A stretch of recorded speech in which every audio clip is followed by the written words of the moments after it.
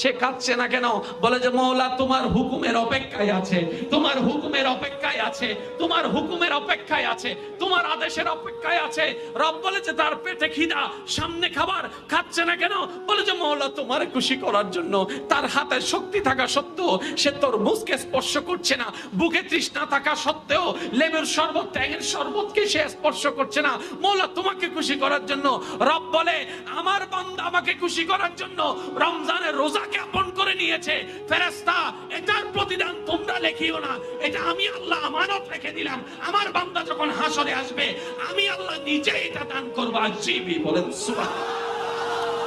রাসূল পাক সাল্লাল্লাহু আলাইহি ওয়াসাল্লাম বলছেন, তুমি যদি একজন রোজাদারকে ইফতার করাতে পারো, ওই রোজাদার রোজা রেখে যত সওয়াব পাবে আল্লাহ পাক তোমার আমলনামায় সে সওয়াবটা যোগ করে দিবেন। সুবহানাল্লাহ।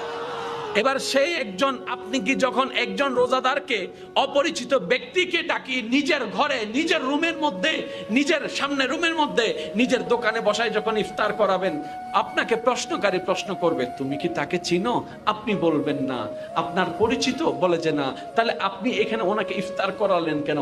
আপনি তখন বলবেন, সে আমার রক্তের কেউ নয়, কিন্তু আমার ঈমানের ভাই, আমার রবের বান্দা, আমার নবী রাহমাতুল লিল আলামিনের উম্মত। এটাই ইসলামের বড় সৌন্দর্য।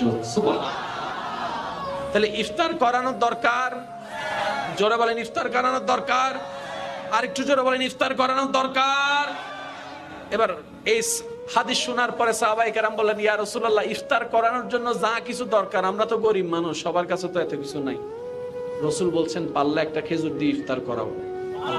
আল্লাহ বলছেন লাআল্লাকুম তাত্তাকুন, তোমাদেরকে রোজা দিয়েছি যেন তোমরা ওই রোজা অবস্থায় পানি থেকে যেভাবে বিরত থাকো, এক মাস প্র্যাকটিস করে বাকি 11 মাস তোমরা নিজেকে সুদ থেকেও দূরে রাখো, ঘুষ থেকেও দূরে রাখো, আমি আল্লাহর পছন্দ মতো জীবন বানাও। সুবহানাল্লাহ।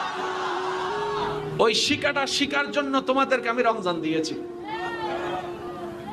আমি কি বুঝাতে পারছি কথা? তাহলে রমজান রোজা রাখবো আমরা কয় মাস?